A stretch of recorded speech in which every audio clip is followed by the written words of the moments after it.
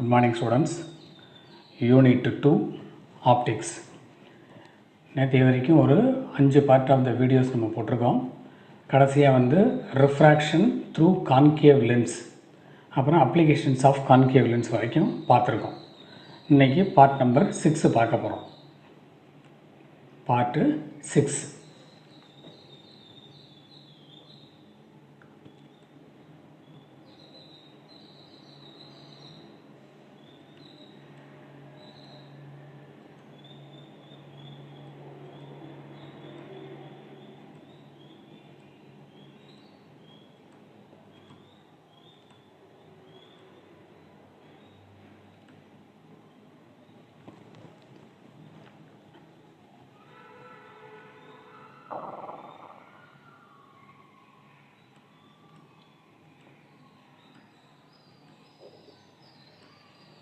Lesson 2 optics. இப்போ நேற்றுக்கு சொல்லிட்டோம் ஹியூமன் ஐயை பற்றி பார்க்க போகிறோம் அப்படின்னு சொல்லியிருந்தோம். அதே மாதிரி ஹியூமன் ஐயோட டயக்ராம்ஸ் எல்லாத்தையும் போட்டு பார்க்க சொல்லியிருந்தோம் நம்ம. ஸோ இப்போ இன்றைக்கி ஃபுல்லாகவே ஹியூமன் ஐ அப்படிங்கிறத பார்க்க போகிறோம் நம்ம.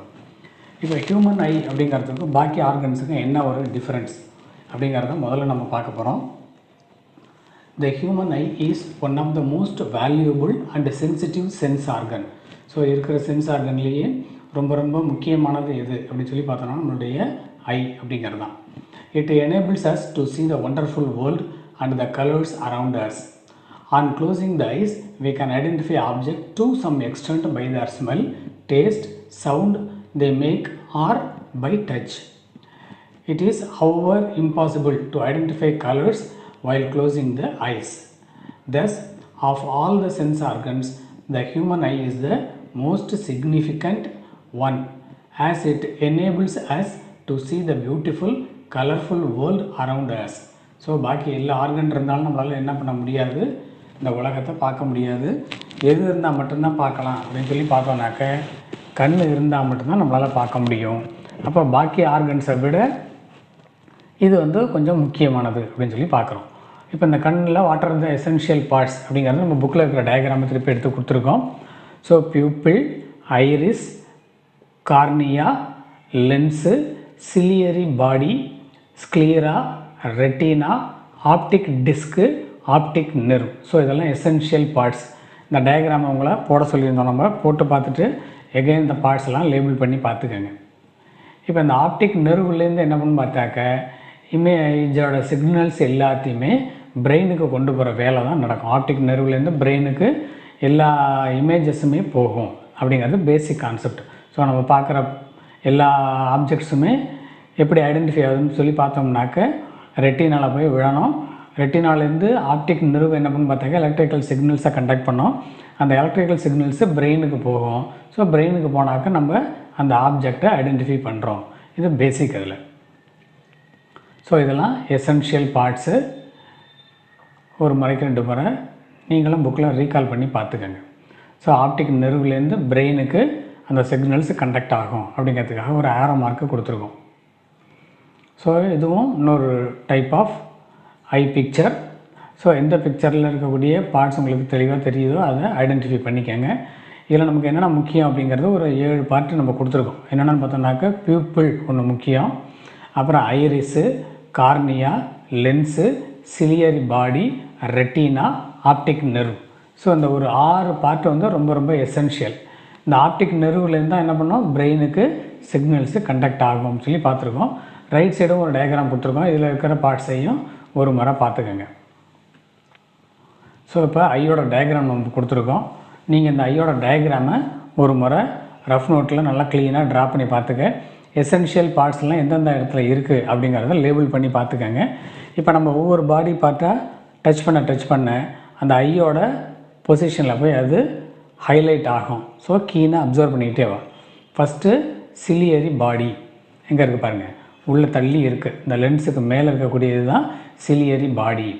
அடுத்தது ஐலென்ஸ். ஐலென்ஸுங்கிறது இந்த ஓவல் ஷேப்பில் இருக்கிறது, தட் இஸ் கான்வெக்ஸ் லென்ஸ் அது. ஸோ கான்வெக்ஸ் லென்ஸுக்கு என்ன ஷேப்போ அந்த ஷேப்பில் இது இருக்கும். Third cornea. கார்னியாங்கிறது இந்த வெளியில் இருக்கக்கூடிய பார்ட். தென் ஐரிஸ். ஐரிஸுங்கிறது அதுக்கு அடுத்த பார்ட்டு ஐரிஸு. அடுத்தது பியூப்பிள். பியூப்பிள் அப்படிங்கிறது இந்த ஐலென்ஸுக்கு முன்னாடி இருக்கக்கூடிய ஒரு டிரான்ஸ்பரண்ட் மீடியா. அடுத்தது அக்வயஸ் பாடி, இந்த இடத்துல இருக்கக்கூடிய ஒரு லிக்விட் மாதிரி உள்ளது. அப்புறம் சஸ்பென்சரி லெகமெண்ட், அது மேலேயும் கீழேயும் இருக்குது. இதுதான் என்ன பண்ணு பார்த்தாக்க அந்த சிலியரி மசில்ஸை கான்ட்ராக்ட் ஆர் எலாங்கேட்டட் பொசிஷனுக்கு மாற்றும். அடுத்தது விட்ரியஸ் பாடி, ஸோ அது லென்ஸுக்கும் பேக் சைடு இருக்குது. தென் ஸ்க்ளீரா, மேலே அவுட்டர் லேயர். தென் கொராய்டு, ரெட்டினா. ஸோ இதுதான் ரொம்ப ரொம்ப எசென்ஷியலான பார்ட்டு. இந்த ஐலென்ஸ்லேருந்து வர்ற ஆப்ஜெக்டோட லைட் ரேஸ் எங்கே வந்து கன்வர்ஜ் ஆகும்னு பார்த்தாக்கா ரெட்டினாலாம் வந்து கன்வர்ஜ் ஆகும். ஸோ ரெட்டினாங்கிறது ஒரு இம்பார்ட்டன்ட் பாயிண்ட். அப்புறம் ஃபோவியா சென்ட்ராலிஸ், தென் ஆப்டிக் டிஸ்க் இந்த இடத்துல இருக்குது. தென் ஆப்டிக் நர்வு கீழே இருக்குது. ஸோ இந்த ஆப்டிக் நர்வுலேருந்து பிரெயினுக்கு போகிறது நம்ம ஏற்கனவே பார்த்துருக்கோம். ஸோ இதெல்லாம் எசென்ஷியல் பார்ட்ஸு. டயக்ராமை ட்ரா பண்ணிக்கிட்டு ஒவ்வொரு பாடி பார்ட்ஸையும் அந்த ஐயோட பார்ட்ஸையும் லேபிள் பண்ணி பாருங்கள். எகைன் அந்த ஐயோட பார்ட்ஸை கொடுத்துருக்கோம். எது எசென்ஷியல் அப்படின்னு ஒன்று ஒன்றா பார்க்க போகிறோம் நம்ம. First cornea. It is the main refracting surface. When light enters through the cornea it refracts or bends the light on the lens. So இந்த அவுட்டரில் இருக்கிற அந்த ஏரியா தான் கார்னியா அப்படின்னு சொல்கிறது. இது வழியாக தான் லைட்டு உள்ளே என்ட்ராகும். என்ட்ரானோன்னா இங்கேருந்து ரிஃப்ராக்ஷன் ஆகி தான் எங்கே போகும்னு பார்த்தாக்க இந்த ஐ லென்ஸுக்கு போகும். ஸோ இது பார்ட் 1 and 1 அப்படின்னு சொல்லி நோட் பண்ணியிருக்கோம். Second, iris controls the amount of light entering into the pupil like a camera aperture. அந்த பார்ட் எங்கே இருக்குன்னு பார்த்தா இந்த இடத்துல இருக்குது ஐரிஸ். ஐரிஸுங்கிறது இந்த இடத்துல இருக்கும். ஸோ அந்த ஐரிஸ் என்ன பண்ணு பார்த்தாக்க இந்த லென்ஸுக்கு வர வேண்டிய அந்த லைட்டோட குவான்டிட்டியை கண்ட்ரோல் பண்ணுற ஒரு அரேஞ்ச்மெண்ட் அது. தென் pupil, it is the center part of the iris. It is the pathway for the light to retina. So இந்த சின்னதாக இருக்கிற அந்த இடத்துல தான் பியூப்பிள் அப்படின்னு சொல்லி சொல்கிறோம் நம்ம. இது வழியாக தான் லைட்டை உள்ளே என்ட்ராகி லென்ஸில் விழும். லென்ஸில் விழுந்து நேராக ரெட்டினாக்கு போகும். இது பார்ட் நம்பர் 3 நம்பர் ரெஃபர் பண்ணியிருக்கோம். Then fourth one, retina. This is the back surface of the eye. So இந்த இடத்துல தான் இருக்க ரெட்டினா அப்படிங்கிற part. It is the most sensitive part of the human eye on which real and inverted image of the object is formed. So அந்த இடத்துல நமக்கு ஆப்ஜெக்டோட image வந்து விழும். அது எப்படி இருக்குன்னு பார்த்தாக்கா ரியல் இமேஜ், தென் இன்வெர்டட் இமேஜ். முன்னாடி என்ன ஆப்ஜெக்ட் இருக்கோ அதோட இன்வெர்டட் இமேஜ் தான் அந்த இடத்துல நமக்கு விழும். ஏன் இன்வெர்டட் அப்படின்னு பார்த்தோன்னா இது வந்து ஒரு கான்வெக்ஸ் லென்ஸு. கான்வெக்ஸ் லென்ஸுனால அது என்ன பண்ணு பார்த்தாக்கா இன்வெர்டட் இமேஜாக தான் அந்த இடத்துல ப்ரொடியூஸ் பண்ணும். பட் எப்படி நம்ம ஆப்ஜெக்டெல்லாம் நேராக இருக்குன்னு பார்க்குறோன்னு பார்த்தாக்க இங்கேருந்து ஆப்டிக் நர்வ் வழியாக அந்த சிக்னல்ஸ் எல்லாம் பிரெயினுக்கு கன்வெர்ட் ஆகும். எகைன் அந்த பிரெயின் என்ன பண்ணு பார்த்தாக்க இன்வெர்ட் பண்ணும். அப்படி இன்வெர்ட் பண்ணும்போது நமக்கு ரியல் பட் எரக்ட் இமேஜாக நமக்கு தெரியும். ஸோ இது part number 4, retina. Next 5, ciliary muscles. Eye lens is a fixed between the ciliary muscles. So இதுதான் ஐலென்ஸ்னு சொல்லி சொல்கிறோம். இதுக்கு மேலேயும் கீழேயும் தான் அந்த சிலியரி மசில்ஸ் அப்படிங்கிறது இருக்கும். It helps to change the focal length of the eye lens according to the position of the object. So இதுதான் ஐலென்ஸு. மேலேயும் கீழேயும் சிலியரி மசில்ஸால் அது பைண்ட் ஆகிருக்கு. ஸோ இப்போ நம்ம ஒரு ஆப்ஜெக்டை பார்க்குறோம் அப்படின்னாக்க depending upon the position of the object ciliary muscles may contract or lengthen from its original position. அப்போ ஆட்டோமேட்டிக்காக என்னன்னு பார்த்தாக்க இந்த ஐலென்ஸோட திக்னஸும் மாறும் அப்படிங்கிறது மாதிரி அர்த்தம். ஸோ இது part number 5. Then eye lens. It is the important part of the human eye. It is convex in nature. So இந்த இடத்துல இருக்குது ஐ லென்ஸு. இது கான்வெக்ஸ் லென்ஸ் எப்படி இருக்கோ அது மாதிரி இருக்கும் அப்படின்னு சொல்லி நம்ம சொல்லியிருக்கோம். ஸோ பார்ட் நம்பர் 6 அது. ஸோ இந்த 6 பார்ட்டும் தான் நமக்கு ஐயில் ரொம்ப ரொம்ப எசென்ஷியலான பார்ட்ஸு. இதோட ஃபங்க்ஷன்ஸை வச்சு தான் நம்ம என்ன பண்ணுறோம் பார்த்தாக்க நார்மல் ஐயா அல்லது டிஃபெக்டட் ஐயா அப்படிங்கிறத கிளாஸிஃபை பண்ணுறோம். Then power of accommodation. The ability of the eye lens to focus nearby as well as distant objects is called power of accommodation of the eye. ஒரு முக்கியமான 2 மார்க். இப்போ நியரர் ஆப்ஜெக்ட்ஸ் அப்படின்னாக்கா எவ்வளோ டிஸ்டன்ஸ்னு சொல்லி பார்த்தோன்னாக்கா 25 சென்டிமீட்டர். தென் டிஸ்டன்ட் ஆப்ஜெக்ட்னாக்கா what will be the distance அப்படின்னு பார்த்தோன்னாக்கா it is at infinity. So நம்மளால் என்ன பண்ண முடியும் பார்த்தாக்கா நியரர் ஆப்ஜெக்ட் 25 சென்டிமீட்டரில் இருக்கிறதுக்கு தகுந்த மாதிரியும் ஐ அக்காமடேட் ஆகும். இன்ஃபினிட்டியில் இருக்கிற ஆப்ஜெக்டை பார்க்குறது மாதிரியும் ஐயே அக்காமடேட் ஆகும். இது மாதிரி செல்ஃபாக nearer object as well as infinity ஆப்ஜெக்ட்ஸை நம்ம பார்க்குறதுக்கு இந்த மாதிரி ஐ லென்ஸு அடாப்ட் ஆகிறது தான் நம்ம என்னென்னு சொல்கிறோம் பார்த்தாக்க power of accommodation of eye அப்படின்னு சொல்லி சொல்கிறோம். This is achieved by changing the focal length of the eye lens with the help of ciliary muscles. இது ஒரு முக்கியமான ஒன். ஸோ நியரர் ஆப்ஜெக்டையும் பார்க்கணும், டிஸ்டன்ட் ஆப்ஜெக்டையும் பார்க்கணும். அதுக்கு தகுந்த மாதிரி ஐ லென்ஸோட திக்னஸ் மாறணும். திக்னஸ் மாறுது அப்படின்னாக்கா ஃபோக்கல் லென்த்து மாறும். திக்னஸ் எப்படி மாறுது அப்படின்னு சொல்லி பார்த்தோன்னாக்கா சிலியரி மசில்ஸோட ஆப்ரேஷன்ஸ்னால மாறுது அப்படிங்கிறத ஞாபகம் வச்சுக்கணும். Then eye lens is made of flexible jelly-like material. By relaxing and contracting the ciliary muscle, the curvature and hence the focal length of the eye lens can be altered. So மேலே இருக்க ciliary muscles relax ஆகும் R contract ஆகும். அப்படி ஆனது அப்படின்னாக்க இந்த ஐ லென்ஸோட திக்னஸும் மாறும் அப்படிங்கிற மாதிரி அர்த்தம். திக்னஸ் கூட இருந்துச்சு அப்படின்னாக்க ஃபோக்கல் லென்த்து கம்மி. திக்னஸ் கூட இருந்தாக்க ஃபோக்கல் லென்த்து கம்மி. திக்னஸ் கம்மியாக இருந்ததுனாக்க ஃபோக்கல் லென்த் வந்து கூட அப்படிங்கிற மாதிரி அர்த்தம். அப்போ திக்னஸ் கம்மியாக இருக்கும்போது ஃபோக்கல் லென்த்து கம்மி அப்படின்னா நியரர் ஆப்ஜெக்டை நம்ம கிளியராக பார்க்கலாம். அதே மாதிரி திக்னஸ்ஸு இல்லை லெஸ் இன் குவான்டிட்டி அப்படின்னு சொல்லி பார்த்தோன்னாக்க தின்னாக இருந்தது அப்படின்னாக்க focal length will be greater. அப்போ டிஸ்டன்ட் ஆப்ஜெக்டை நம்ம பார்க்கலாம். அப்போ இந்த சிலியரி மசில்ஸோட பொசிஷனுக்கு தகுந்த மாதிரி ஐலென்ஸோட திக்னஸ் மாறும். ஐலென்ஸோட திக்னஸுக்கு தகுந்த மாதிரி நம்ம நியரர் ஆப்ஜெக்ட்டு ஃபர்தீஸ்ட் ஆப்ஜெக்ட் ரெண்டையுமே கிளாஸிஃபை பண்ணி பார்க்க முடியும். when we see distant objects the ciliary muscles relaxes and makes eye lens thinner. அது முக்கியமானது. ஸோ ரிலாக்ஸ் ஆகும். ரிலாக்ஸ் ஆகும்போது eye lens thin ஆகும். this increase the focal length of the eye lens, hence the distant object can be seen clearly. So எட்டி இருக்கிற ஆப்ஜெக்டை நம்ம பார்க்கும்போது சிலியரி மசில்ஸ் ரிலாக்ஸ் ஆகுது. சிலியரி மசில்ஸ் ரிலாக்ஸ் ஆனிச்சு அப்படின்னாக்கா ஐ லென்ஸ் வந்து தின் ஆகும். ஐ லென்ஸ் தின் ஆனிச்சு அப்படின்னாக்கா அதோட ஃபோக்கல் லென்த்து இன்க்ரீஸ் ஆகும். அப்போ எவ்வளோ எட்டி இருந்தாலும் நம்ம என்ன பண்ண முடியும், ஆப்ஜெக்டை வியூ பண்ண முடியும். On the other hand when we look at a closer object, கிட்ட இருக்கிற பொருளை பார்க்குறோம், the focal length of the eye lens is decreased by the contraction of ciliary muscle. Thus the image of the closer object is clearly formed on the retina. So க்ளோஸரில் இருக்கிற ஆப்ஜெக்டை பார்க்குறோம். அப்போ அந்த சிலியரி மசில்ஸ் என்னான்னு பார்த்தாக்க contract ஆகும். Contract ஆனிச்சு அப்படின்னாக்க ஐ lens திக்காகும்.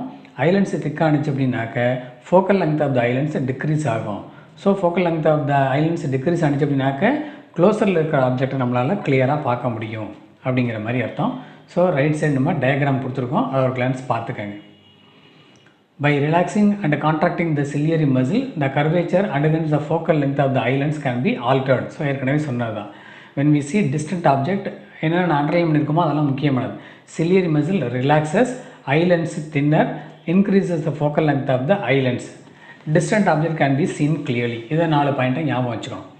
On the other hand, when we look at a closer object, focal length of the eye lens is decreased by the contraction of ciliary muscle. Image is formed on the retina. இதெல்லாத்தையும் underline பண்ணது எல்லாத்தையும் ஞாபகம் வச்சுக்கணும். So அதுக்கு ஒரு pictorial representation இப்போ நம்ம பார்க்க போகிறோம்.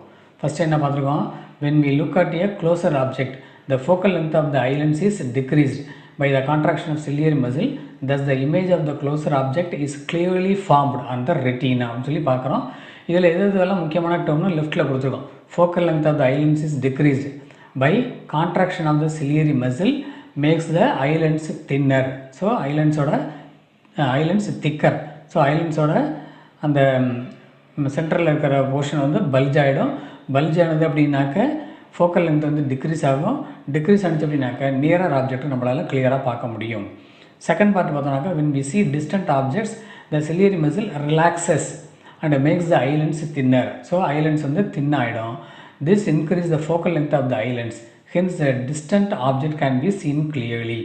ஸோ என்னென்ன இம்பார்ட்டன்ட் பார்த்தோம்னாக்க ciliary muscles relaxes, eye lens thinner, increases the focal length of the eye lens, distant object can be seen. So இது ரெண்டு தான் நமக்கு ரொம்ப ரொம்ப முக்கியமானது. இப்போ ஃபஸ்ட்டு க்ளோசர் ஆப்ஜெக்ட்ஸ் அதில் பார்த்தோன்னா எப்படி குறையுது பாருங்கள். ஸோ கான்ட்ராக்ட் ஆகும். கான்ட்ராக்ட் ஆனிச்சு அப்படின்னாக்க ஆட்டோமேட்டிக்காக ஐ லென்ஸ் திக்காகும். திக்கானிச்சு அப்படின்னாக்க ஃபோக்கல் லென்த்து கம்மி, focal length decreases. So nearer object can be seen clearly. இப்போ அடுத்தது எப்படி என்லார்ஜ் ஆகுதுன்னு பாருங்கள், ரிலாக்ஸ் ஆகுதுன்னு பாருங்கள். அப்படியே மெல்லமாக ரிலாக்ஸ் ஆகும். ரிலாக்ஸ் ஆனிச்சு அப்படின்னாக்க ஐ lens becomes thinner, focal length increases. So distant object can be seen clearly அப்படிங்கிற மாதிரி அர்த்தம். தென் பெர்சிஸ்